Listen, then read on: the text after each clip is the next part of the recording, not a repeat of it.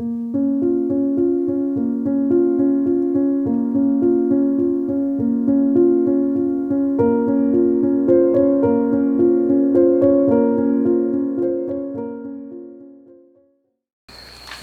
전도서 두 번째 시간이죠. 지난 시간에는 전도서 시작하면서 닫지 말라고.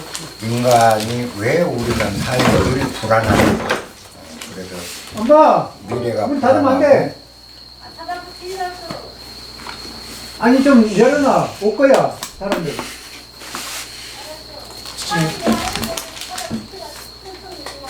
예. 우리 삶이 불안한 원인은 우리를 둘러싼 세계 그리고 인간이라는 자체가 본질적으로 세 가지의 특성이 있기 때문이라고 그랬죠. 첫째가 인간은 근본적으로 본질적으로 불안정한 삶이다. 불안정하다. 두 번째 인생이라는 것은 정말 수수께끼다. 그렇기 때문에 알 수 없다. 아이러니한 거다. 그래서 우리가 그 알 수 없는 미래, 그래서 그냥 불안이 있는 거고. 그다음 세 번째 그 인생의 본질이 죽음이라는 것이 모든 인생을 동일한 것으로 돌려놓는다. 똑같은 상황으로 돌려놓는다. 그 얘기를 했습니다. 그래서 우리가 인생이 불안정하다. 우리 인생 자체는 본질적으로 불안정하다. 본질이. 그건 왜 그런가 하면 우리를 둘러싼 모든 환경이 언제나 변해버리기 때문에 변하고 흘러가기 때문에 한순간도 고정된 게 없다. 그래서 찰나생찰나멸하는 게 우리를 둘러싼 모든 환경이어서 불을 내가 거머쥐어도 어느 틈엔가 연기처럼 내 손아귀에서 빠져나가고 행복을 거머쥐어도 어느 틈엔가 그것이 변해서 내 손아귀에서 연기처럼 빠져나가 버린다. 그런 우리가 본질적으로 있는 자체가 우리를 둘러싼 모든 것, 내 안에 있는 모든 것, 생각까지도 항상 순간 생기고 순간적으로 변하기 때문에 인생은 본래가 불안한 그런 상황이기 때문에 우리가 불안해한다고 그랬죠. 두 번째, 왜 선을 행하는데도 악으로 보답이 받은지. 이것은 정말 우리가 알 수 없는 인생의 아이러니와 수수께끼다. 그것도 하나의 본질이다. 세상이 돌아가는. 세 번째, 내가 무엇을 했든 무슨 일을 했든 죽음이라는 게 닥쳐서 내가 일궈놓은 모든 것들을 무로 되돌린다라는 점에서는 현명한 자든 어리석은 자든 모든 사람의 본질적으로 같은 균등함으로 돌려놓는다. 그게 따지고 보면 긴 시간으로 인생을 놓고 보면 모든 것이 허망하고 연기 같은 거다. 이렇게 얘기를 했죠. 그리고 성경에서는 헛되고 헛되다, 헛되고 헛되도다 하는 거는 헛되다는 말은 연기 같고 수증기 같은 것이다. 불경에서 얘기하는 몽환 같고 또 번개 같고 이슬 같고 연기 같고 순간순간 사라지는 것이기 때문에 붙잡을 만한 게 이 세상에 없다 했던 것과 같아. 그래서 헛되단 말은 사실은 헬라라는 그런 용어 자체가 연기와 같은 것이다. 인생은 이런 뜻이라고 제가 했습니다. 그러니까 오늘 그렇게 하면서 우리가 1장, 2장을 했었는데 오늘 한번 1장까지 해서 2장, 3장, 4장을 한번 훑어봅시다. 우선 나는 강의를 들어가면서 우리 여기 오신 분들한테 묻고 싶죠. 사람은 누구나 지혜롭게 살고 싶어해요.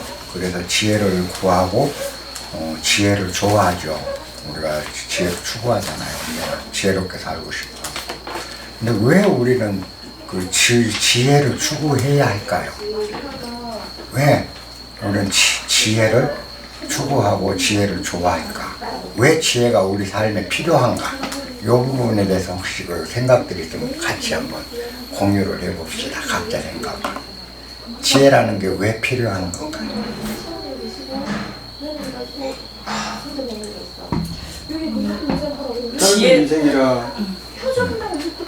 짧은 인생이라 좀 그래도 의미 있게 살아가기 위해서 지혜를 구하는 것이 아닌가.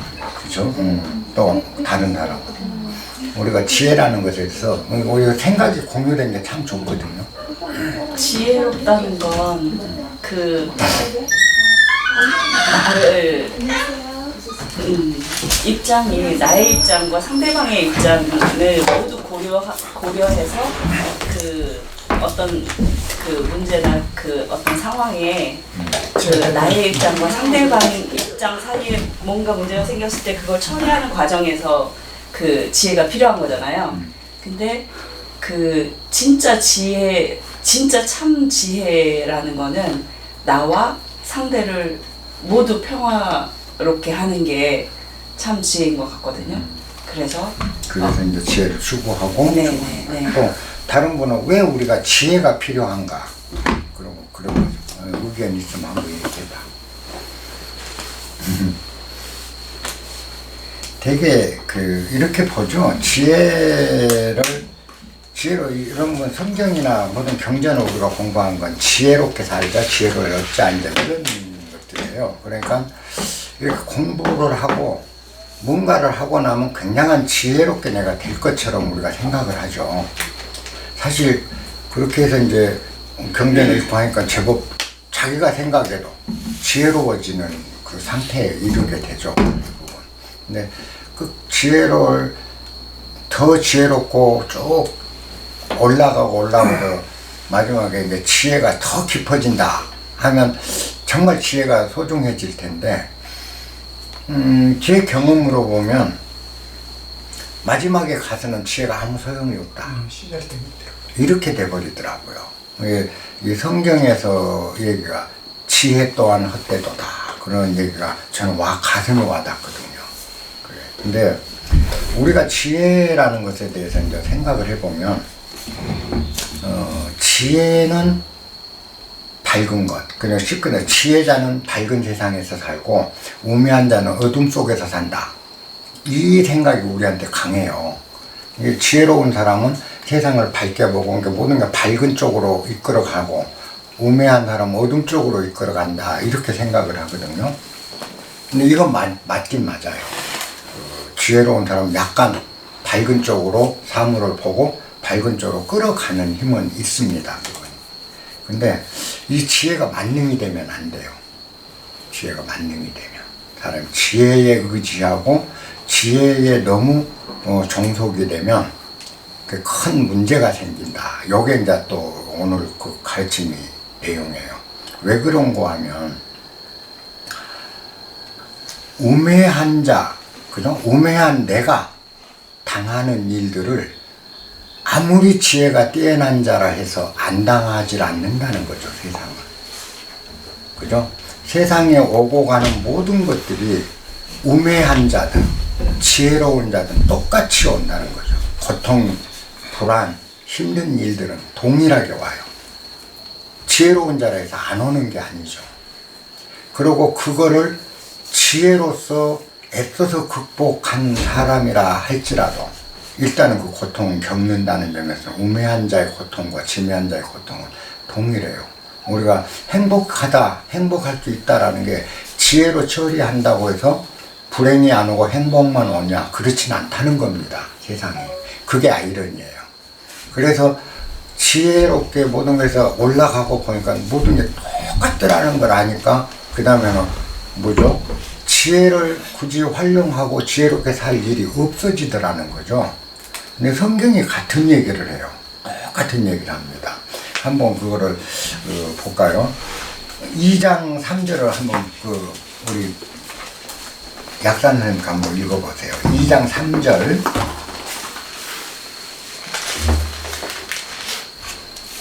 전도서 2장 3절. 내 마음에 궁구하기를 내가 어떻게 하여야 내 마음의 지혜로 다스림을 받으면서 술로 내 육신을 즐겁게 할까? 또 어떻게 하여야 어리석음을 취하여서 천하 인생을 종신토록 생활함에 어떤 것이 쾌락인지 알까 하여 나의 사업을 크게 하였노라. 내가 나를 위하여 집들을 지으며 포도원을 심으며 음. 여러 동산과 과원을 만들고 그 가운데 각종 과목을 심었으며 수목을 기르는 살림에 물 주기 위하여 못을 팠으며 노비는 사기도 하였고 집에서 나게도 하였으며 나보다 먼저 예루살렘에 있었던 모든 자보다도 소와 양떼의 소유를 많게 하였으며 네. 은금과 왕들의 보배와 여러 도우 보배를 쌓고 또 노래하는 남녀 인생들을 기뻐하는 처와 첩들을 많이 두었노라. 내가 이같이 창성하여 나보다 먼저 예루살렘에 있던 모든 자보다 지나고 내 지혜도 내게 여전하여 무엇이든지 내 눈이 원하는 것을 내가 금하지 아니하며 무엇이든지 내 마음이 즐거워하는 것을 내가 막지 아니하였으니 이는 나의 모든 수고를 내 마음이 기뻐하였음이라. 이것이 나의 모든 수고로 말미암아 얻은 분복이로다. 그런 그 후 본즉 내 손으로 한 모든 일과 수고한 모든 수고가 다 헛되어 바람을 잡으려는 것이며 해 아래서 무익한 것이로다. 네, 거기까지. 오케이, 고맙습니다. 지금 읽으신 대로 2장 3절 한번 볼게요. 내가 내 마음으로 깊이 생각하기를 내가 어떻게 해야 내 마음을 지혜로 다스릴 수 있으며 술로 내 육신을 즐겁게 할까? 내가 어떻게 해야 천하 인생들이 그들의 인생을 살아가는 동안 어떤 일이 선한 일인지 어떤 일이 악한 일인지를 내가 알 수 있을까? 그죠? 그 다음에 내 어리석음을 어떻게 해야 꽉 잡아두고 지혜롭게 될까? 그리하여 나의 사업을 어떻게 해야 크게 할까? 이렇게 자기 마음에서 깊이 생각하면서 지혜를 추구했고 그 지혜를 솔로몬이 얻었다는 거죠. 그 다음에 각종 포도원을 사들이고 기르고 종들을 하고 드디어 왕의 그 신분과 얻은 모든 것에서 즐거움과 이걸 다 지혜를 갖고 이루어서 했는데 나중에 돌아보니 다 헛되더라. 이제 이렇게 이야기가 전개가 됩니다. 그 다음에 이제 2장 15절하고 16절을 한번 보면 이렇게 나와요. 내가 내 마음속으로 이르기를 우매자가 당한 것을 나도 당하니 내게 지혜가 있었다 한들 내게 무슨 유익한 일이 있으려. 그죠? 우매자에게 오는 고통이 나한테도 온다. 지혜로운 자에게도. 그러니 지혜가 있다 해서 고통이 안 오는 거 아니고 지혜가 있다 해서 힘든 일이 안 오는 거 아니고 지혜가 있다 해서 고생하지 않다라는 거죠. 근데 지혜가 무슨 일이 있겠냐. 앞에는 어리석음을 붙들어 두기 위해서 즐거움과 그게 빠져나지 않게 해서 엄청나게 지혜를 요구했고 지혜를 구해서 드디어는 솔로몬의 지혜가 이루어졌고 아까 이런 수많은 것들이 이루었는데 나중에 보니까 지혜롭지 않은 자에게 오는 거나 지혜로운 자에게 오는 것이 똑같은 결과더라는 거. 네, 이렇게 얘기를 합니다. 또 내가 마음속으로 이르기를 이것도 헛되도다 하였다. 지혜자도 우매자와 함께 영원토록 기억함을 얻지 못하리니 아무리 지혜로운 자도 그 지혜를 영원토록 유지할 수 없다라는 거죠. 못하리니 후일에는 모두 다 잊어버린 지 오래일 것이다. 오호라 지혜자의 죽음이 우매자의 죽음과 일반이로다. 그러므로 내가 사는 것을 미워했다. 이제 이렇게 합니다. 사는 게 밉더라. 이렇게 사는 것 자체가. 이걸 이제 보면 결국 성경에서도 지혜의 끝이 우매의 끝과 별 다름이 없다. 우리가 그냥 찬란해 보이고 멋져 보이고 뭔가 있을 것 같아서 추구해 보지만 나중에 가서 보면 세상은 똑같은 환경 속에서 똑같이 살아가는 인생이더라. 저는 그걸 정말 깊이 느꼈거든요. 그래서 이제 지혜를 안 쓴다라고 생각하고 굳이 지혜를 안 구하니까 그냥 내 삶 속에서 일어난 일들이 다 지혜였더라는 거죠. 내가 옛날에 멍청하다고 생각하고 참 바보스러웠어. 그 바보스럽게 행동했던 삶이 그죠? 이게 돌이켜보니까 정말 오히려 지혜로웠고, 지혜를 짜내서 읽어내고 뭔가를 하려고 했던 삶이 참 허망한 삶이 되는 거고, 이게 수수께끼예요. 지혜를 구해서 지혜롭게 살면 더 빨리빨리 해결하고 좋은 것 같았는데, 이게 빨리 해결하고 나니까 또 다른 고통이 빨리 와요. 이건 아주 어김없는 사실이더라는 겁니다. 제가 제 경험에서 보니까. 나는 이 기제를 읽으면서 무릎이 절로 쳐지는 거야. 아, 정말 그래. 정말 그래. 우리가 지혜를 얻는 건 뭐냐, 힘든 일이나 어려운 일, 꼬이는 일, 이런 것들이 올 때 얼른 그걸 쉽게 해결하고 오래 안 가고 고통을 빨리 벗어나자. 그러면 우매한 자는 그걸 해결 못해 고통이 좀 길어진 건 사실입니다. 근데 이걸 해결하고 났더니 금방 하나가 더 와요. 그러니까 안 와도 되는 문제가 하나가 더 오더라는 거죠.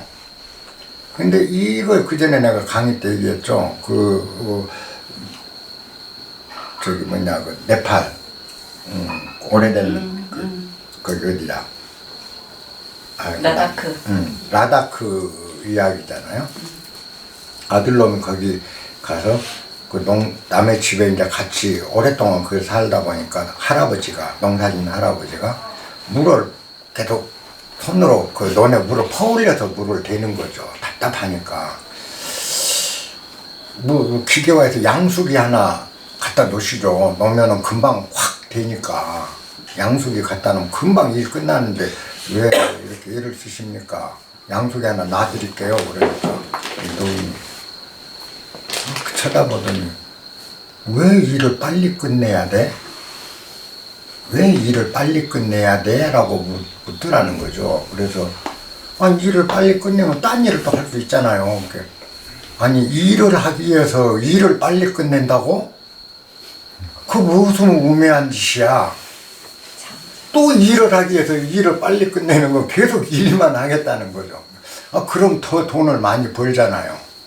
이렇게 얘기하니까 하고 쳐다보니 한국은 그렇게 가난해? 그렇게 가난해? 그렇게 살기가 힘들어? 일을 빨리 끝내고 또 빨리 일을 하고 또 빨리 일을 해서 돈을 벌어야 살 수 있을 만큼 힘든 나라인가? 그러면 굉장히 불쌍하다는 시각으로 보더라는 거죠. 이게 우리가 똑같아요. 우리가 일을 빨리 끝내고 나면 분명히 새 일이 생겨요. 느리게 끝내면 그렇게 많이 안 돼. 그렇듯이 고통이나 우리에게 다가오는 원리가 똑같더라는 겁니다.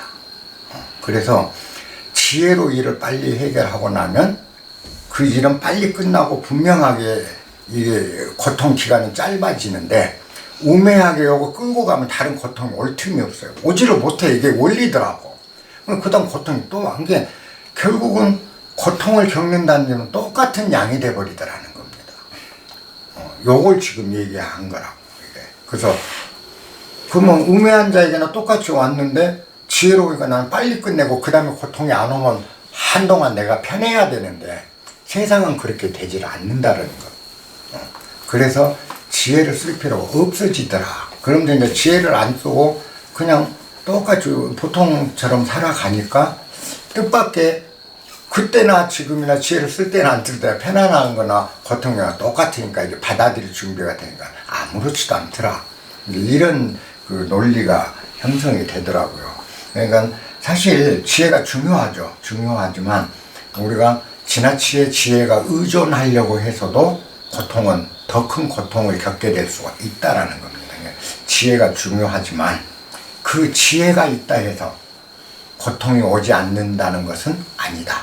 요것 정도는 우리가 가슴에 깊이 간직하고 가면 지혜롭지 못한 내 삶도 제법 볼만한 삶이 되죠. 그럼 내 삶이 제법 볼만하다면 남부럽지 않잖아요. 그리고 내가 남부럽지 않게 성취하고 엄청난 걸 이루고 있어도 그게 그 없는 사람과 삶과 요거 삶에 둘 다 제법 볼만한 삶들이라는 인식이 들면 내가 많이 가졌어도 겸손할 수가 있는 거죠. 그럴 때 우리는 없는 사람을 학대하는 일이 안 생기게 된다. 요게 이제 이 지혜서가 가르치는 그걸 겁니다. 왜? 지혜 또한, 궁극에서는 지혜 또한 연기와 같은 것이라 내 손에서 빠져나가게 돼 있다. 먼 시각에서 보면 일시적으로는 도움이 될지 모르지만 길고 장기적인 인생의 시각에서 보면 지혜 또한 연기나 수증기와 같고 아지랭이나 다름없다. 그 정도로 우리가 가지고 마음을 지니고 지혜를 추구하고 지혜를 얻어도 그 마음이 내한테 있는 경우를 얘기하는 거라고 보시면, 아예 지혜가 필요 없다 한 건 전혀 아닌 것입니다. 지난 시간에 제가 그랬죠. 이제 내 인생이 본질적으로 그렇게 변하고 불안정한 것이라는 걸 알고, 또 인생이라는 거는 수수께끼와 같아서 선한 일을 하는 대로 악한 응복하고 악한 일을 했는데도 엄청나게 잘 사는 게 인생이고, 세 번째, 그렇게 살았든 저렇게 살았든 죽음이라고 하는 것은 인생 모두의 지난 과거에 내가 무슨 짓을 했든 똑같은 꼴로 만드는, 균등화시켜버리는 작업이 죽음이더라. 이걸 알고 나니까 이제 큰 거 높은 걸 바라는 게 아니고 작은 것들이 눈에 띄기 시작하더라. 제가 그 얘기를 했잖아요. 눈에 띄기 시작하더라. 작은 것들이, 그전에는 그걸 모르고 살 때는 큰 거, 찬란한 거, 이루는 거, 성취하는 거, 여기에 내가 온 신경이 매달려 있으니까 안 보이는 거죠. 내 눈에, 중도 눈에 아무것도 안 보였어요. 근데 그런 것들이 이제 다 무망하고 허망하다는 걸 알고 헛되다는 걸 알고 정리가 되면서 보니까, 문득 보니까 아주 눈에 안 띄던 작은 것들이 가끔 눈에 띄더라. 제가 그 얘기를 했습니다. 그 작은 것들을 보니까 뭐냐? 아름다운 식사, 그죠? 가치 있는 사람과의 우정, 가족 간의 단란함, 찬란한 햇볕, 그죠? 살랑거리는 바람. 전혀 눈여겨보지, 눈에 띄지 않은 이런 것들이 눈에 띄니까, 아, 이제는 친구, 그리고 여러 우리 이렇게 앉은 벗들과의 우정이 얼마나 좋은 건지를 아니까 그 우정을 소중히 여길 줄 알게 되고, 그 다음에 가족의 단란함이 얼마나 소중한지를 아니까 가족을 늘 보듬게 되고, 그잖아요. 이렇게 되더라. 제가 이제 그 얘기를 했어요. 근데 요것만 추구하면 되냐? 그건 아니라는 거죠. 사람은 다 생각이 있으니까.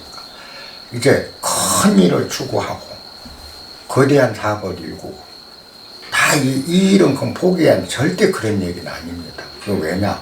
그 일도 또한 내가 그렇게 작은 것을 소중하게 했던 것도 궁극에는 헛된 것이라는 거고, 큰 것도 헛된 것이라는 거고, 그런 거지. 우리가 살면서 재미있고 즐겁고 하면 크고 찬란한 일도 추구할 만하다는 게 저는 그 생각이에요. 그건 해서 안 된다, 뭐 아니다 이런 게 아니고 정말 훌륭하다. 단 우리가 알아야 되는 거, 그렇게 일군 것들이 영원히 갈 수 없다라는 걸 알면 그 일군 것을 제대로 쓸 수 있는 마음이 된다는 거죠.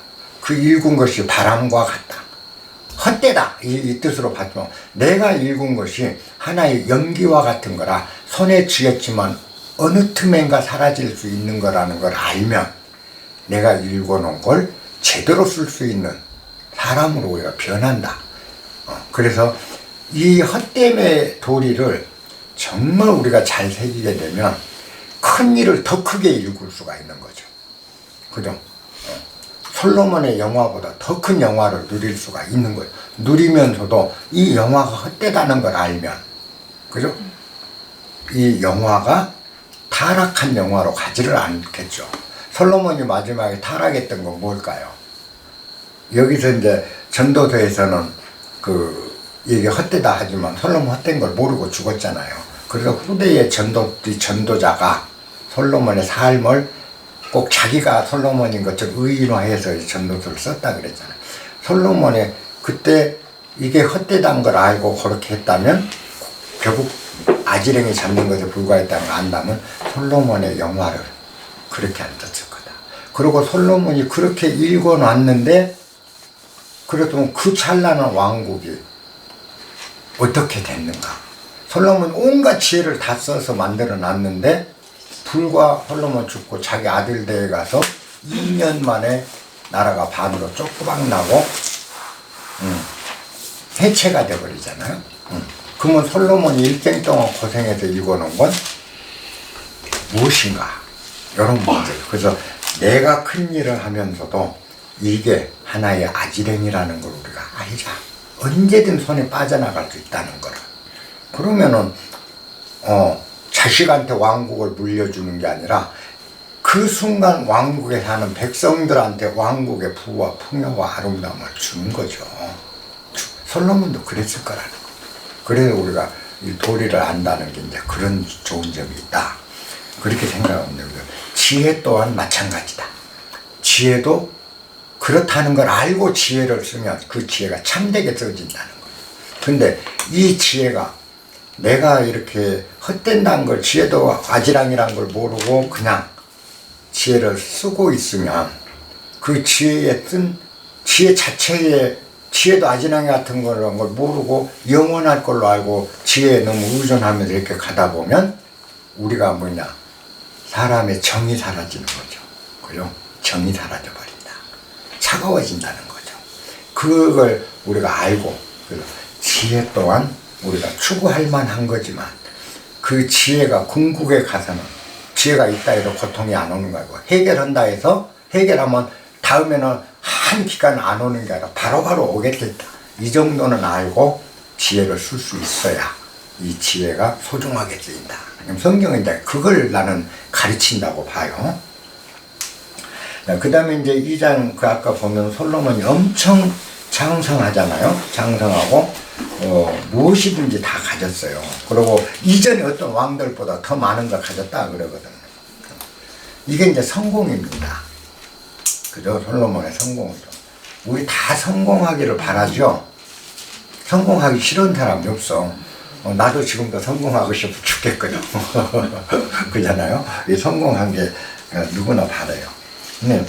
그럼 이제 우리가 한번 물어보자고요. 나는 가끔 나한테 잘 물어요. 내가 공부하는 방법은 늘 나한테 질문을 합니다. 성공하고 싶은 생각이 들 때가 오면, 근데 너 왜 성공하려고 그래? 물어보는 거죠. 그러면서 차근차근 나한테 물어보고 내가 살피죠. 나는 왜 성공하기를 바라지? 왜? 하면서 생각을 하거든요. 나는 내가 성공하고 싶은 이유를 알 것 같아요. 내가 성공하고 싶은 마음이 있는데, 나는 여러분들은 왜 성공하고 싶을까? 뭘 궁금해 죽겠어, 사실은. 왜 성공하고 싶다는 거죠. 한번 누구 얘기해봐. 왜 우리는 성공하고 싶을까? 나이가 들던 뭐. 성공의 기준이 다 다른 아니, 기준은 다 다르니까.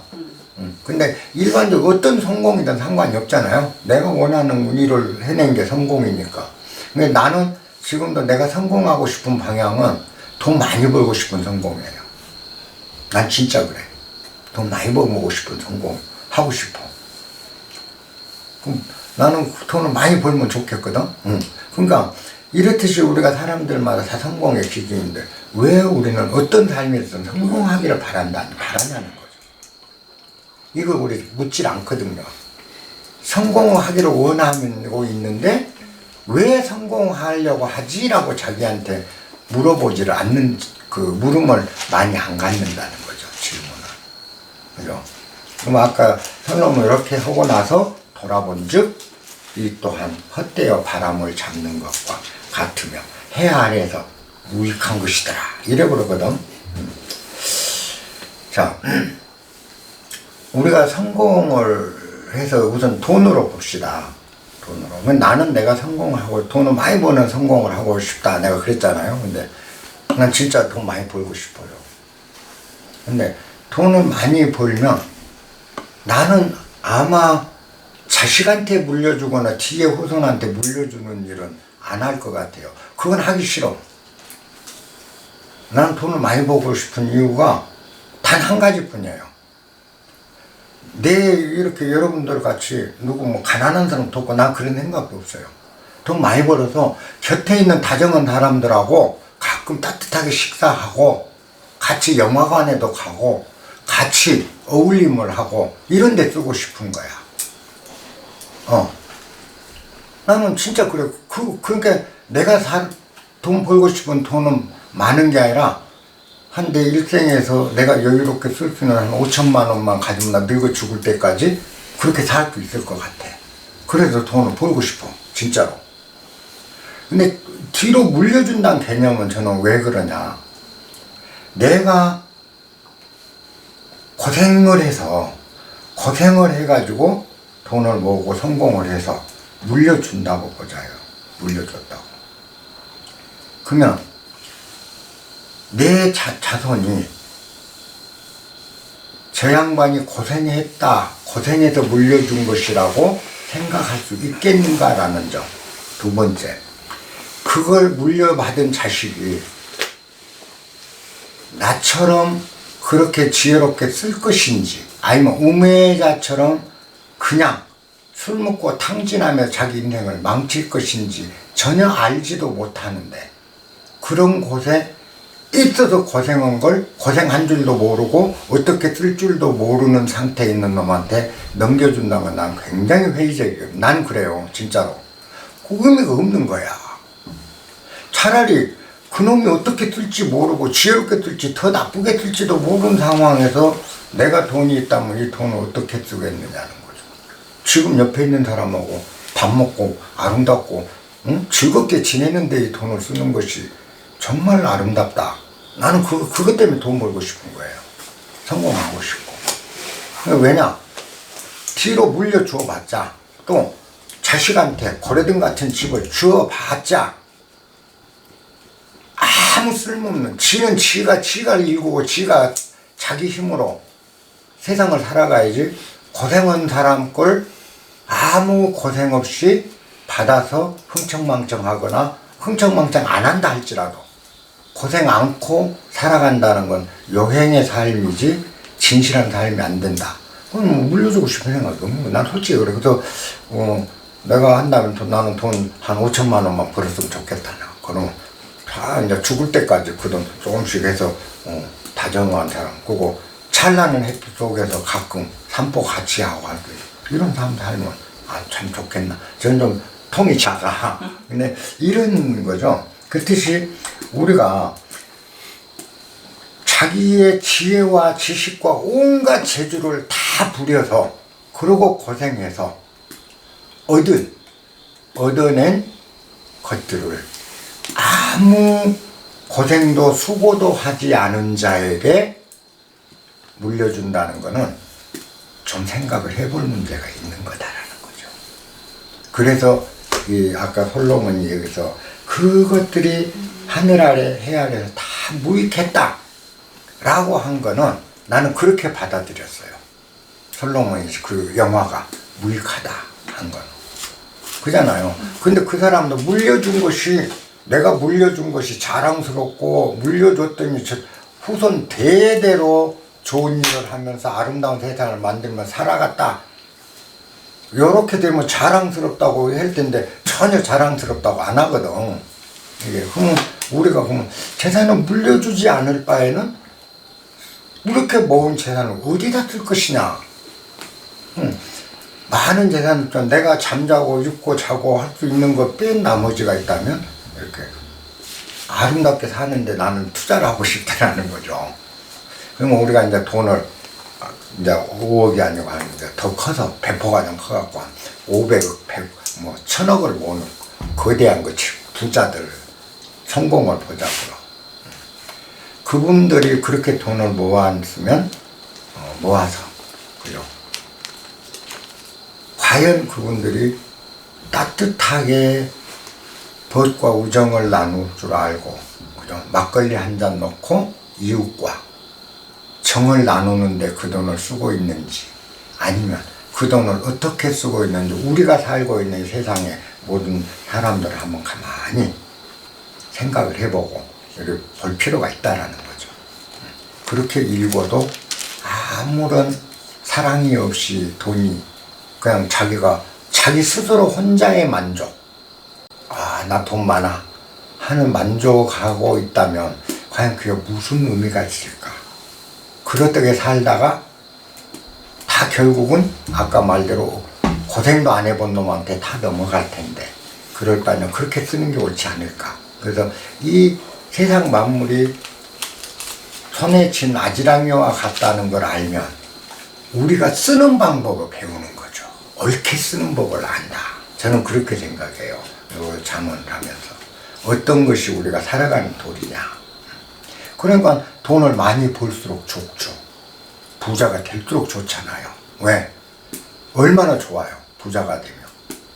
그리고 부자가 될수록 더 많은 따뜻함을 세상에 펼칠 수 있잖아요. 그런데 부자 되지 말라? 안 되죠. 나는 부자 되기를 여러분들 바래요.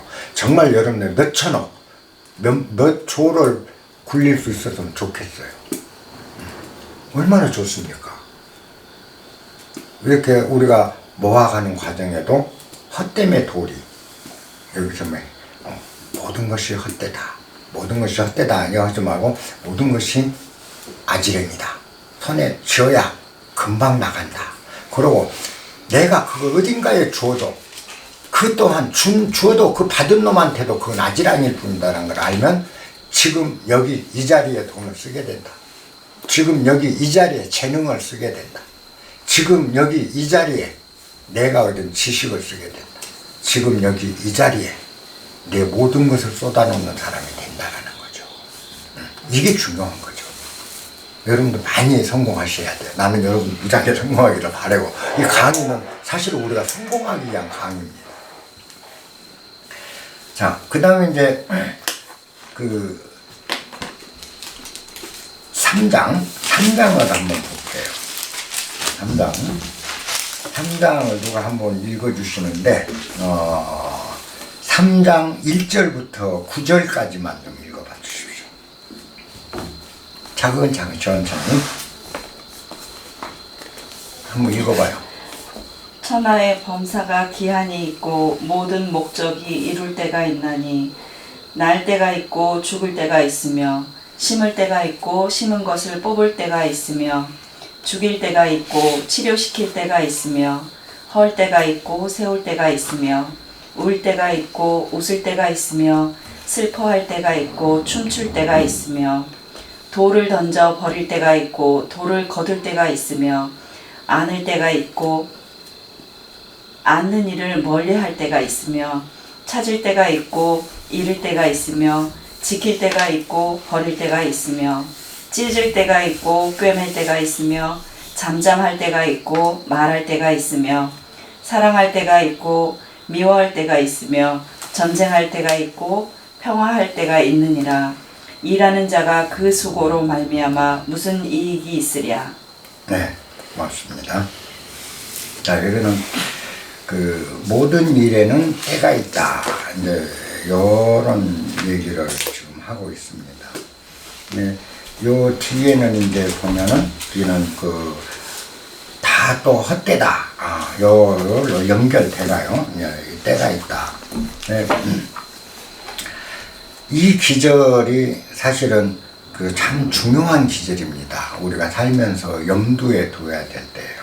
우리는 세상을 살면서 매 순간순간 선택의 기로에 놓이고 매 순간순간 무언가를 결정을 해야 돼요. 그렇죠? 근데 나는 항상 그 젊은 시절에 어떤 일을 결정할 때 항상 무엇이 기준이어야 됐나 하고 생각해 보니까 난 진짜 멍청했던 것 같아요.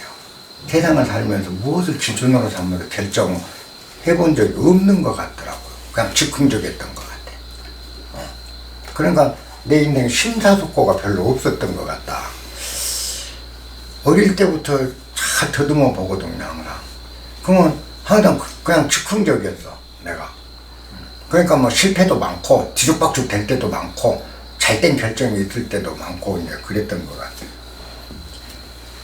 여러분들 어떻게 결정해요? 보통 내가 세상을 이렇게 살아갈 때, 우리가 뭔가를 결정할 때 기준을 갖고 결정할 것 같은데, 나는 진짜 뒤죽박죽이었던 것 같고, 다른 사람들은 뭐 때문에 뭘 기준으로 할까 항상 궁금하거든요.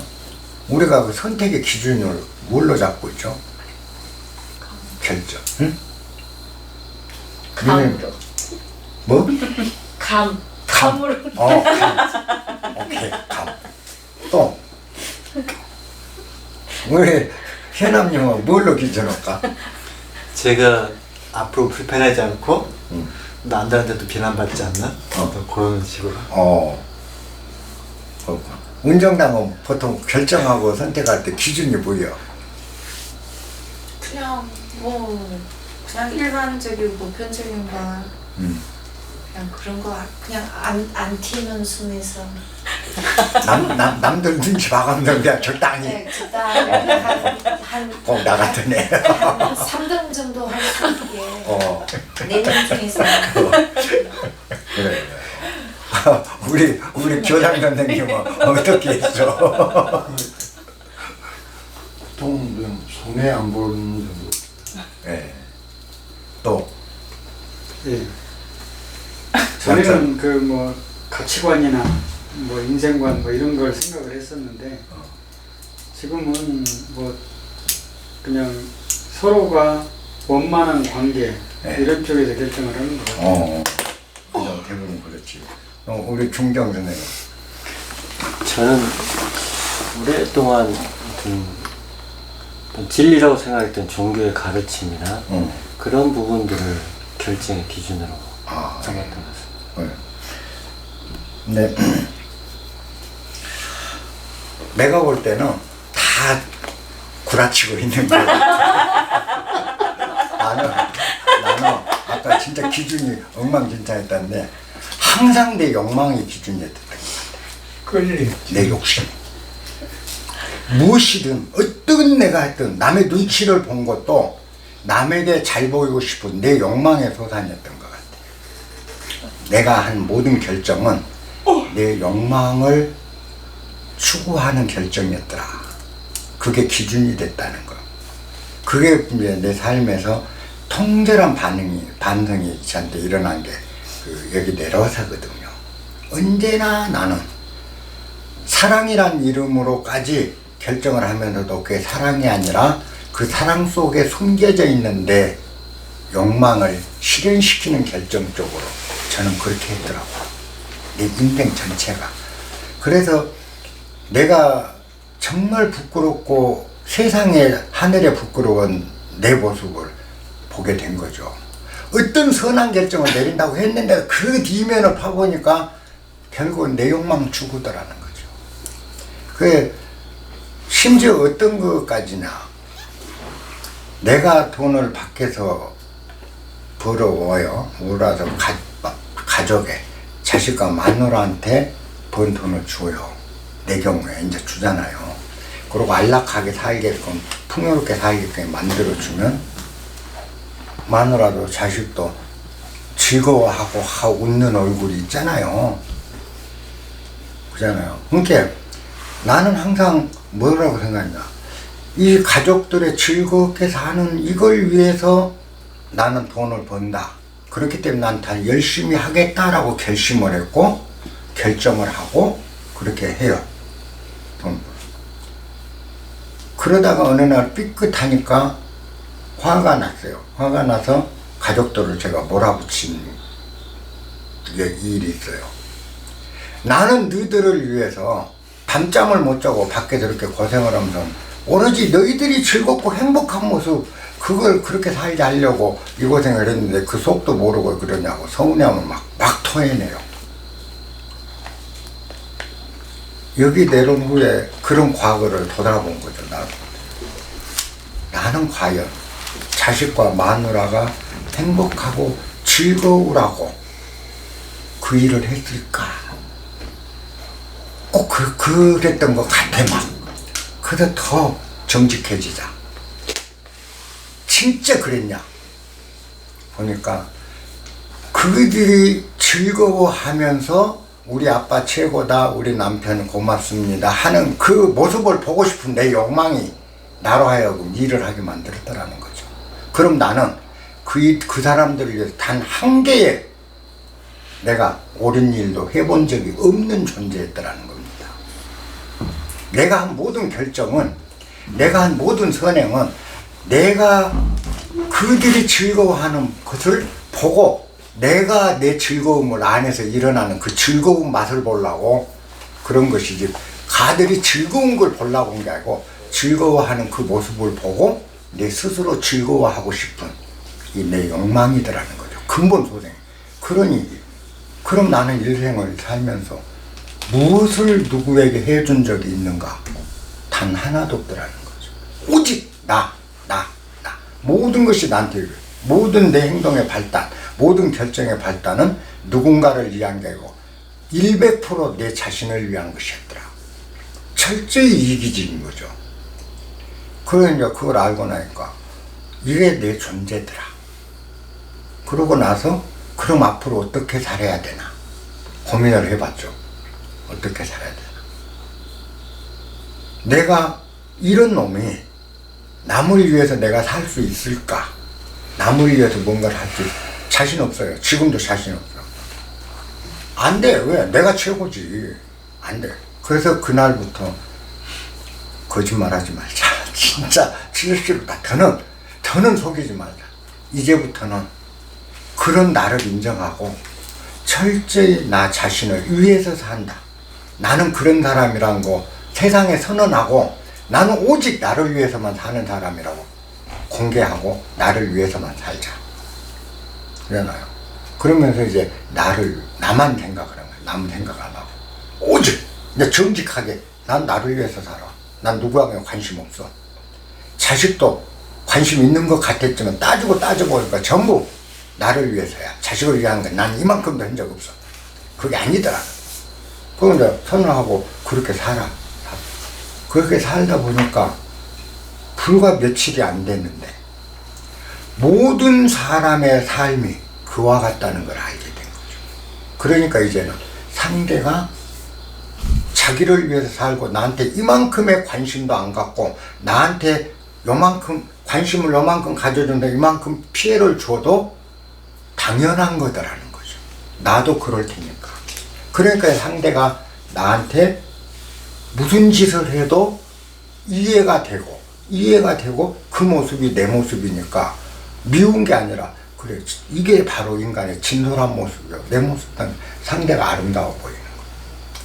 그러니까 욕심 부리는 걸 오히려 도와주게 돼요. 왜? 내 모습과 똑같은 거잖아. 상대 욕심을 도와주게 돼. 그러면서 권하는 게 그렇게 이기적으로 사십시오. 우리는 이타적이라는 이 허울, 껍데기, 사기, 거짓말 다 벗어던지고 솔직해지면 사람은 밖을 해칠 수가 없습니다. 해쳐지지가 않아요. 왜? 나하고 똑같은 사람들이잖아요. 어떻게 해치게 돼? 나하고 너무나도 내 모습이고 형제고 온 몸, 겉, 속 할 것이 똑같이 닮은 사람을 내가 어떻게 해쳐요? 못 해쳐요. 그러니까 상대가 뭔가를 하고 하면 내가 바빠도 도저히 안 될 경우는 빼고는 그래 나도 같이 할게. 이렇게 될 수밖에 없는 삶으로 돌아가더라는 거죠. 난 그걸 이제 그러면서 그때 이제 비로소 진정한 선택 기준이라는 걸 알게 됐다. 여기서 얘기하는 거. 때. 일할 때 일하고 일할 때가 있고 쉴 때가 있고 일할 때 일하고 쉴 때 쉬고 그래도 사람을 괴롭힐 때 괴롭히고 헐뜯을 때 헐뜯고 더 이상 무엇이 있겠는가. 그죠? 여기 보면은 그죠? 훌륭한 일했잖아요. 돌을 던져버려 웃을 때가 있고 슬퍼할 때가 있고 돌을 던져버릴 때가 있고 돌을 거둘 때가 있고 돌 던진 게 뭐죠? 사람 때려 죽일 때 돌 던지잖아요. 돌을 던져야 할 때 던져야 된다는 겁니다. 그 돌을 거둬들일 때는 거둬들여야 돼. 이게 뭐죠? 그 전에 얘기했던 중용해도잖아요. 슈퍼에 가면 내가 사장이 아니라 손님이잖아요. 슈퍼에 가면 슈퍼에 도, 시장에 가면 시장에 도, 회사에 가면 회사에 도, 다 그 때에 맞게, 그게 뭐야? 때에 맞게, 장소에 맞게, 상대라는 물성에 맞게, 주역에서 가르치는 수식, 수직, 수물, 기준이 아니라 우리가 모든 판단하고 결정하고 선택하는 그 기준점은 뭐냐? 때에 맞게, 장소에 맞게, 그 다음에 그 사물의 특성, 앞에 있는 사람의 특성에 맞게 내 행동을 결정해 나간다면 더 이상 아무런 문제가 안 생긴다. 요게 지금 이 3장이 가르치는 건 때의 중요성이에요. 근데 여기다 내가 더 하나 붙이고 싶은 건 우리 동양에서는 그 때에 이어서 장소. 그죠? 장소도 중요하다. 그 다음에 또 하나, 물성. 그 마주치는 물성이 무엇이냐에 따라서 특성이. 그래서 수시, 때와 수지, 장소와 수, 물. 그렇다면 우리가 아무 준비 없고 아무 지혜 없어도 언제나 그에 맞게 선택하고 그에 맞게 결정한다. 때에 맞게 수시, 수지, 수물을 염두에 살면 지혜가 필요 없어요. 즉각 결정돼. 언제나 옳은 결정이 나와. 그렇죠? 3장이 지금 이럴 때가 있고 저럴 때 있고 사랑할 때가 있고 미워할 때고 정말 전쟁할 때가 있고 평화할 때가 있느니라 그렇게 끝내주잖아요. 그러면 전쟁할 때 평화만 부르짖어서 그 옳은 거냐? 나는 평화주의자다. 아니 나라가 망해가고 총을 들고 지금 밀려고 무지막지한 그 상황에서 아무리 목탁의 평화를 부르짖는다 해서 평화가 옵니까? 오지 않는다는 겁니다. 그 헛구호거든. 나는 선하고 평화주의자라는 거 과시한 거밖에 안 되네. 전쟁할 때 해야 되는 거예요. 왜? 때와 장소와 물성에 맞아야 되거든. 이게 진리야. 기준점이라는 게 바로 이거였는데 이걸 모르고 일생을 살았어요. 거의 50년을 이 도리를 모르는 거죠. 그러니까 나는 내 모든 결정이 철저히 나를 위해서만 결정을 해버렸다라는 거죠. 근데 지금은 나를 위해서 결정하지만 그렇게 하면서도 늘 내가 과연 수지, 수무를 하고 있는가를 돌아보게 되더라고요. 돌아보게 되니까 나를 위한 결정이 아니고 이제는 조금씩 요만큼씩 우리가 철저한 객관을 토대로 한 결정도 옛날보다는 요만큼 콩나물만큼씩 나오더라. 그럼 참 아름답다, 참 좋다 이런 생각이 들더라.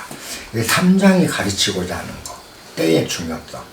그리고 우리가 결정하고 선택하고 어려운 판단을 할 때 이 3장의 가르침을 기억하라는 겁니다. 때와 장소와. 근데 3장에다 덧붙여 여러분 알기 쉽게 수시, 수지, 수물.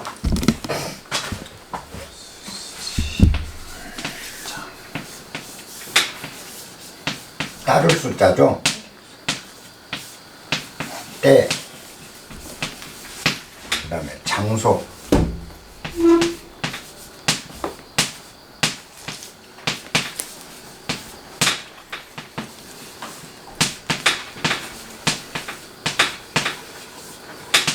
물성.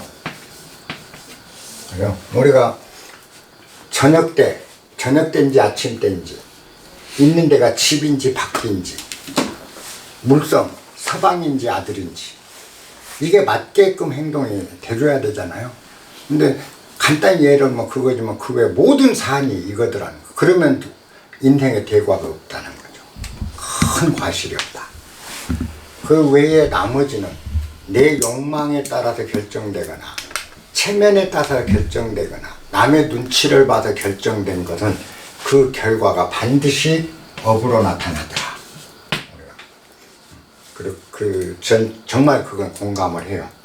그래서 우리가 비교적 업을 적게 짓고 죄를 적게 짓고 갈 수 있는 방법이 있다면 이게 기준이 되면 될수록 적어질 수 있다는 걸 제가 여러분들한테 말씀드리고 성경 또한 똑같은 걸 지금 이야기를 하고 있습니다. 그래서 요거 3절은 그렇게 이제 보시면 좋아요. 그 다음에 이제 4장까지 오늘 가볼게요. 그래야 이거 1시간 한 번 더 할 거니까. 이제 4장은 학대에 대해서 주로 얘기를 하고 있습니다. 사람이 사람을 학대하는 행위. 학대에 대해서인데 요것도 좀 누가 읽어봐 주십시오. 4장은 4장 1절만 좀 읽어봐 주십시오. 내가 돌이켜 해 아래서 행하는 모든 학대를 보았도다. 오라 학대받는 자가 눈물을 흘리되 저희에게 위로자가 없도다. 저희를 학대하는 자의 손에는 권세가 있으나 저희에게는 위로자가 없도다. 자, 여기는 자 보십시다. 뭐라고 했는가 가만히 보세요. 내가 다시 해 아래서 행하는 모든 학대를 살펴보았다. 그렇습니다. 모든 학대를 살펴보았다. 해 아래서 행해지는, 이 땅에서 행해지는 모든 학대를 봤다가 아니고 살펴봤다. 요랍니다. 그 다음에 자기가 잘 살펴봤다는 거죠. 그냥 보라. 그렇게 얘기합니다. 여러분도 한번 보라. 살펴보라. 학대받는 자의 눈물이다. 학대받는 자의 눈물을 한 번이라도 보라. 좀 이렇게 얘기를 합니다. 여기서 이 보라는 겁니다. 살펴보았다. 내가 살펴봤다. 근데 여러분도 보라. 이제 본다는 건데, 우리가 본다는 행위, 본다라는 것은 우선 볼시가 있겠죠. 볼시. 보는 거잖아요. 볼시 그러면. 근데 여기서 얘기하는 보라는 건 관입니다. 관이요, 찰이라. 그죠? 속으로 이면을 보라는 거죠. 이면을. 그냥 보는 것은 겉을 보는 겁니다. 이게 영어로 하면 사이트죠. 사이트. HT인가? 사이트. 사이트는 뭐죠? 표면을 관찰하는 보는 거잖아요. 표면을 보는 거. 사이트가. 그 C는 뭐죠? 그냥 보는 거고. 사이트는 표면을 관찰하는 거잖아요. 근데 여기서 보라는 개념은 C 관찰을 넘어서는 보라는 겁니다. 그건 뭐죠? 사이트를 확 파고 들어가면 뭐가 되죠? 인사이트잖아. 그죠? 인사이트 하라는 거예요. 이면을 보라. 그게 고통에 받는 학대의 이면을 내가 봤다. 지금 이 얘기입니다. 살펴봤다. 해 아래서 행해지는 모든 학대에 드러난 현상의 학대, 그걸 본 게 아니라 학대 이면을, 인사이트를 내가 봤다. 인사이트를 봤다. 그러니까 여러분도 한 번쯤 학대에 대해서 고찰하라. 학대 받는 사람 표면적으로 고찰하라. 지금 이 얘기입니다. 그러면서 뭐라고 그런가 보세요. 자, 학대 받는 자들의 눈물이라고 한 번이라도 관찰해보라.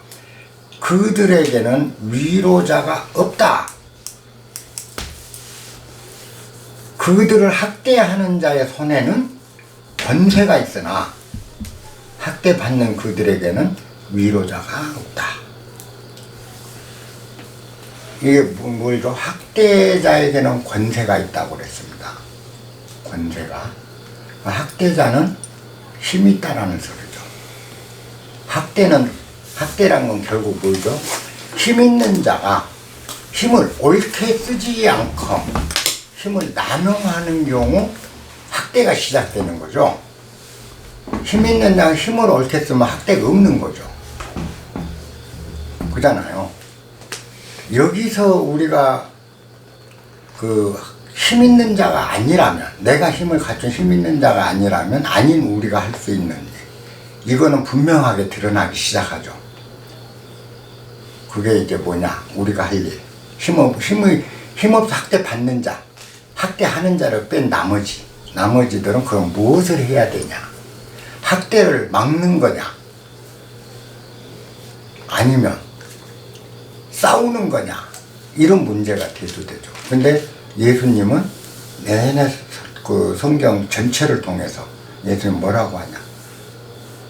막으려 하지 말고, 싸우려 하지 말고, 서러운 자 곁들어 가라. 다. 그 한마디야.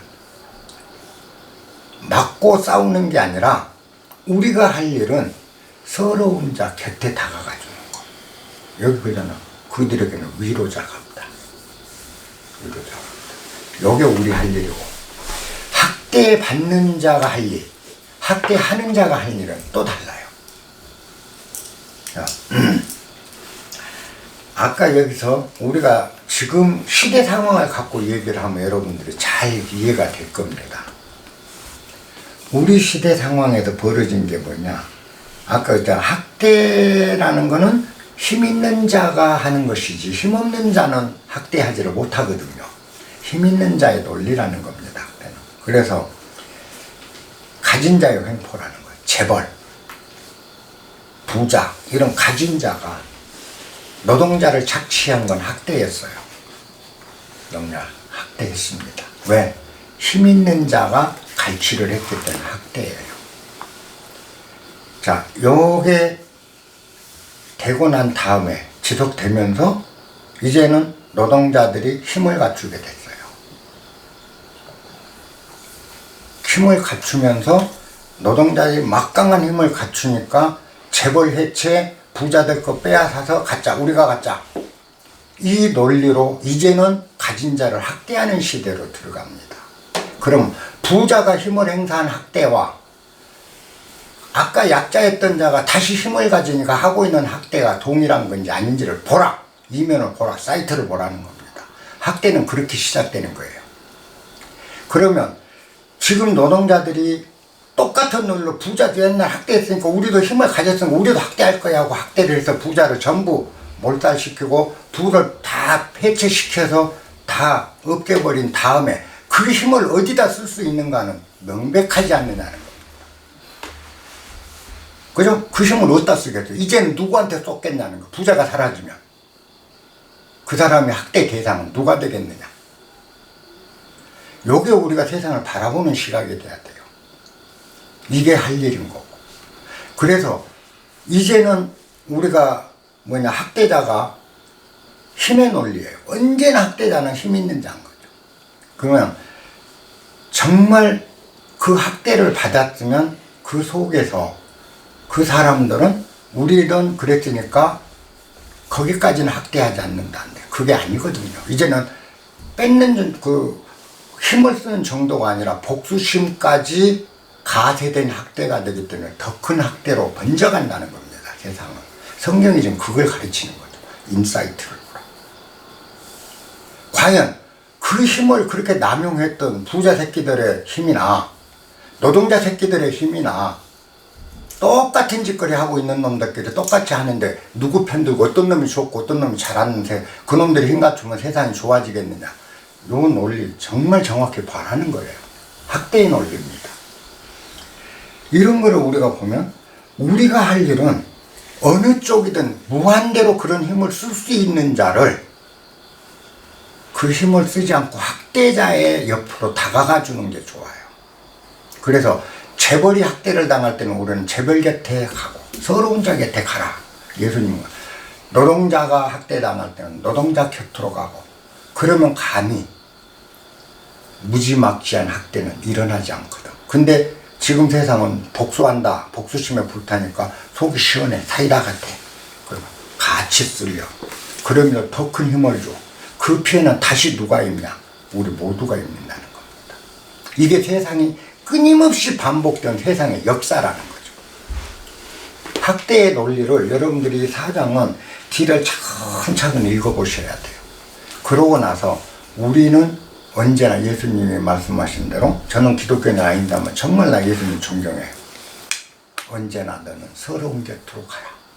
그래서 그리하여 그들과 함께 하라. 왜? 혼자보다는 둘이 낫다. 둘보다는 셋이 낫기 때문이다. 외줄도 화살도 하나일 때는 꺾이기 쉬우나 둘일 때 셋일 때는 꺾이지 않는 힘이 있다. 그죠? 그래서 우리가 학대자가 아니고 학대받는 자도 아닌 우리가 할 수 있는 거는 어느 편에 서는 게 아니라 아까 학대받는 자, 서러움을 겪는 서러운 자 곁으로 다가가줄 뿐인 거예요. 거기서 동조해서 같이 으쌰으쌰 하는 것이 세상을 구하는 게 아니라 거기서 따뜻하게 함께 해주는 거, 으쌰으쌰하고 이건 전혀 다릅니다. 으쌰으쌰 해주는 건 힘을 키워요. 힘을 키워요. 그러면은 역사는 힘의 남용의 반복이 됩니다. 그래서 또 다른 학대자를 낳게 되고, 그 학대자가 학대받는 대상이 사라지면 이제는 또 타켓을 만들어 가요.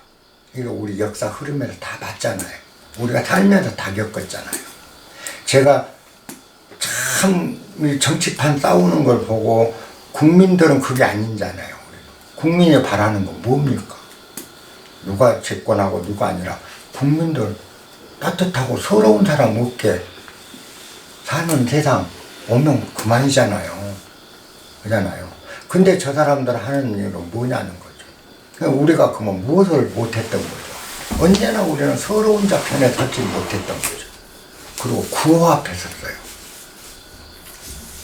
구호.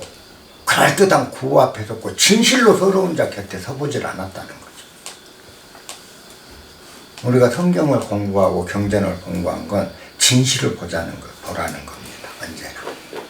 그래서 구호나 또 이념이나 캐치프레이즈가 아니다. 실제로 서러운 자 곁에 설 수 있느냐 네가 없느냐, 이 문제라는 거죠. 그래서 우리가 이 학대에 대해서 좀 더 생각을 해봐야 된다. 이거는 여러 가지 그 의미를 우리한테 줍니다. 이 사람이 맨 첫 마디가 그거였잖아. 그러고 나서 이제 보니까, 자, 학대는 언제나 이제 반복될 수밖에 없다. 이 지구가 사실은 옛날 예수님도 나오셔서 그렇게 훌륭한 분이 이야기를 하셨잖아요. 또 그렇게 훌륭한 부처님이 나와서 얘기를 하고, 공자, 뭐 노자, 온갖 성인들이 다 나와서 부르짖는데도 세상은 요지부동이잖아요. 늘 반복되고 있잖아요. 그럼 미래는 어떨까 보면 미래도 그럴 거라고요. 왜 그럴까야? 그만큼 우리가 겪고 역사도 있고 단련돼서 깨달을 만도 한데 미래 세대도 지금과 똑같이 그러고 갈 거라고요. 그럼 왜 그럴까? 왜 그럴까? 여기에 우리 생각이 위치해야 되는 거죠.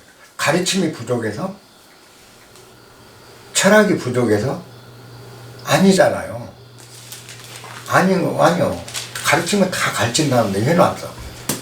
근데도 세상은 미래 세대도 또 똑같이 지금 상황이 똑같을 거라는 거죠. 그 이유는 딱 하나인 거죠. 하나가 뭐냐? 쓸 자리를 우리가 다가가야 될 곳이 정작 실질 앞에 다가서는 게 아니라 허상 앞에 다가섰다는 거죠. 언제나. 왜? 모든 구호는 아름답거든. 왜? 그거는 대의명분이 있어야 지구가 힘을 쓰니까 대의명분을 획득해서 힘을 얻기 위해서 구호라는 건 거창하게 만들어낸다. 정치 구호가 됐든 노동구호가 됐든 재벌구호가 됐든 경제구호가 됐든 그렇다는 거. 이게 속지 말자. 그러면 진짜 서러운 사람 곁에 그쪽에 서주라. 내가 승리 잘하는 겁니다. 저는 정말 이거 내려온 후로 사회운동, 개혁운동에 단 한 발자국도 안 갔어요. 왜 안 갔냐? 실질이 아니란 걸 알기 때문에. 언젠가 한번 내가 강의 때 이 강의에서 했는지 모르는데 그 피아고르 쪽에 그 댐 막는다고 할 때예요. 댐 막는다고 댐 저지 운동 그거 한다고 나그 피아고르 있을 텐데 꽤 많은 분들이 찾아오셨어요. 선생님 함께 해주세요. 그래서 그러면 이 댐 막는 거 저지는 왜 하는데 그랬더니 후손들에게 아름다운 환경 물려줘야 하지 않습니까? 이 환경이 파괴되면 인류가 앞으로 얼마나 고통받고 힘듭니까? 그래서 내가 한 말이 그렇다면 여러분들이 내가 참여하고 나도 참여하고 싶긴 하다. 근데 내가 참여하려면 여러분들이 내가 참여할 수 있는 명분을 나한테 얘기를 해줘야 됩니다. 그때 한 7분이 오셨거든요. 그랬더니 뭡니까? 그래서 이 싸움을 끝나고 이기든 지든 이긴 쪽을 향해서 박수 쳐줄 수 있다면 흔쾌히 이 당신들 반대 운동에 뛰어들겠다. 참여해주겠다. 그런데 그 싸움에 쳐서 댐이 실제로 막힌다 했을 때 박수 쳐주지 못한다면 나는 참여 안 하겠습니다. 할 수 있겠습니까? 그건 안 된다 이 말이에요. 그건 목을 걸고 해야 된다. 그러면 막아놓은 거 타보려고? 그랬더니 아무 틀 수 없지만 아예 못 막게 막아야죠. 그래서 서로 운동을 해서 양쪽 대결을 해서 이긴 쪽이 막든 이쪽이 이겨서 막지를 못하게 저지를 했든 결정난 데 상대가 승복 안 한다면 운동하는 의미가 없어. 난 안 할 거야. 그러면서 제가 해준 얘기가 있어요. 당신들이 주장한 것이 저 사람들 주장한 거하고 무엇이 다르냐? 빵의 논리와 환경의 논리가 무엇이 다르냐? 빵 없이 너희들 살 수 있냐? 그만큼 빵도 중요하다. 환경이 깨졌는데 너희들 살 수 있냐? 그만큼 환경이 중요하다. 니네가 환경이 중요하다면 빵 논리를 내세운다는 의견도 중요하다는 걸 너희는 놓치고 운동을 하기 때문에 빵 논리가 이겼을 때 니네는 수용을 못하고 빵 논리에 젖어있던 개발업자들은 빵에만 젖어있으니까 환경 논리에 수긍을 못하니까 끝없이 싸우고 이기고 결정이 났는데도 뒤에서 꼬리 잡고 물고 지는 꼬리를 잡을수면 잡을수록 뭐가 생긴 줄 아세요? 돈이 생겨요. 권력이 생겨요. 진정으로 이 세상을 위한 운동이 아니라 내 권력, 내 지위, 내 돈 타령입니다. 환경업자도 개발업자도 똑같은 놈들이란 거. 아까 이 얘기가 같아 맥락이더라. 너무 그걸 많이 봤거든. 그러면 내가 그 얘기를 했더니 아무 소리 못해요. 그러므로 나는 박수 쳐주는 싸움이 해야 된다. 졌을 때 이긴 자를 위해서 박수 쳐준다면 나는 무조건 하겠다. 나도 빵보다는 환경을 중시한 사람이고요. 지금도 그렇거든. 그렇기 때문에 난 환경 쪽 편인데 난 무조건 뛴다. 근데 박수 쳐주지 못하는 싸움이란 건 똑같은 놈끼리 모인 싸움이기 때문에 나를 더럽히고 싶지 않다. 나 힘도 없고 내가 깨끗한 놈도 아니지만 그런 더러운 싸움에는 안 들어갑니다. 대놓고 그랬거든. 그랬더니 이만큼 부풀어갖고 막 욕하고 가더라고. 근데 이게 현실이에요. 근데 이게 이분들은 내가 그분들 자신을 위해서 정말 간곡하게 얘기한 거거든. 그잖아요. 환경만으로 우리가 세상을 살 수 있습니까? 경제도 중요해요. 빵도. 경제만으로 세상 다 됩니까? 환경 겁나 중요하죠. 그렇다면 경제 논리와 환경 논리가 딱 붙을 때는 신나게 싸우라는 거죠. 신나게 싸우되 일단 승부가 결정나면 박수 딱 쳐주고 그 다음 싸움 날 때 또 싸우라는 거죠. 그렇게 하면 세상은 아름답게 가는 것이지. 이제 댐 막았는데 그 다음에 또 뭘로든 꼬투리 잡고 틀에 깎고 해서 헐뜯고 헐뜯 사람은 폐가 망신할 정도로 저 뜯어야 그걸 뜯으면 뭐가 생기기 시작하냐? 힘이 생겨요. 그러니까 아이고 우리가 개도 무는 개를 돌아본다고 한국 속담이 있어. 그랬다니까 뭐지? 자들은 달래. 시끄럽지 않게 좀 주어. 시끄럽지 않게 좀 올려주어. 그럼 권력도 생기고 힘도 생겨. 그 힘을 써. 이 사람들 전부 힘 논리예요. 제가 지금까지 운동권 그 따라다녀보고 많은 걸 하면서 느꼈던 건 정말 그렇더라. 그러고 나니까 이제는 보이는 거예요. 인간의 속성이 언제나 그렇게 살더라. 이쪽이든 저쪽이든. 그러면 우리가 할 일이 이제 무엇인가가 분명해지더라는 거죠. 냉정하게 양쪽을 난 비판한다. 그리고 아닌 건 아니다. 그냥 내 작은 목소리라도 이 자리에서라도 이걸 세상을 향해서 얘기를 할 수가 있겠더라. 지금 성경에서 학대자와 학대반, 학대자에게는 그들에게는 권세가 있어요. 근데 학대받는 자에게는 위로자도 없어. 그렇지 않습니까? 힘이라는 건 누군가에게 져줘서는 안 된다는 뜻입니다. 우리가 새겨야 될 게. 힘은 누가 가져요? 우리 모두 백성들 모든 사람들이 골고루 가져야 돼. 어딘가의 힘이 비축되게 하지 마라. 히틀러가 또 나온다는 거. 한쪽으로 모든 힘이 쏠리게 돼. 그죠? 우리 역사에서 봤다. 근데 요게 여러분들한테 사장에서 하는 경고다.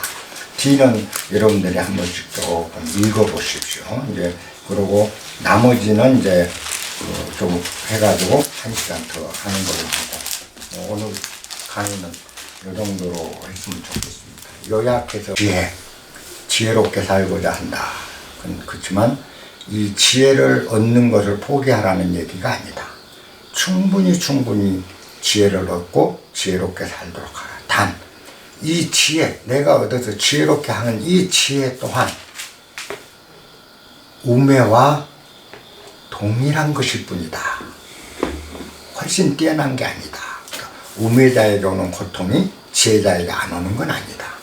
그리고 그걸 해결했다 해도 여전히 더 빠른 속도로 또 다른 고통이 오게 돼 있는 게 세상의 도리다. 그러므로 굳이 지혜에 너무 집착해서 할 필요는 없다. 지혜를 얻어서 지혜롭게 살되 그 지혜롭게 살기 때문에 내 삶은 괜찮다. 이거는 있을 수가 없다. 결국은 그 또한 허상이다. 요 정도로 알고 우리가 지혜를 쓰는 사람이 되주라. 두 번째, 성공. 우리가 성공하는 거, 그죠? 이 성공의 목적이 무엇인지는 알고 성공을 하자. 과연 고생해보지도 단 한 푼의 수고도 하지 않은 자에게, 그리고 그거를 지혜롭게 쓸지 안 쓸지도 모르는 자에게 내 자손이라 해서 후손이라 해서 거기에 물려주는 것이 목적이라면, 그죠? 너무나 우리가 성공한 대가가, 성공한 보람이 너무 허무하지 않느냐? 성경이 가르치는 게. 그거보다는 이 성공한 걸, 그죠? 내가 고생해서 얻은 걸, 우리 멀리 갈 거 없다. 다정한 친구와 우정을 나누는데 한 1, 2만 원 쓰라. 또 따뜻한 이 동료들과 식사 함께 하는데 그 일부 쓰라. 뭐 써봐야 얼마 쓰겠어. 그리고 저 찬란한 햇볕 아래서 담소하면서, 그죠? 술 한잔 기울일 수 있으면 우리가 부를 얻은 보람이 얼마나 좋겠느냐.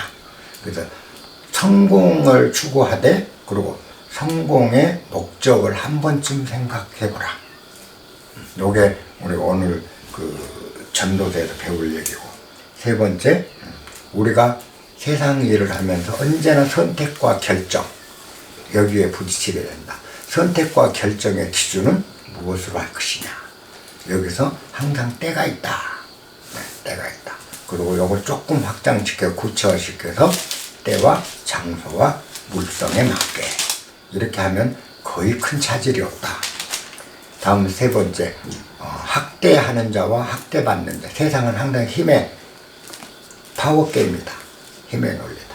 파워게임에서 힘을 지니는 자가 항상 상대를 학대하게 돼 있는 게 세상이다. 어떤 자도 힘을 가지면 그 힘을 학대하는 데 쓰지.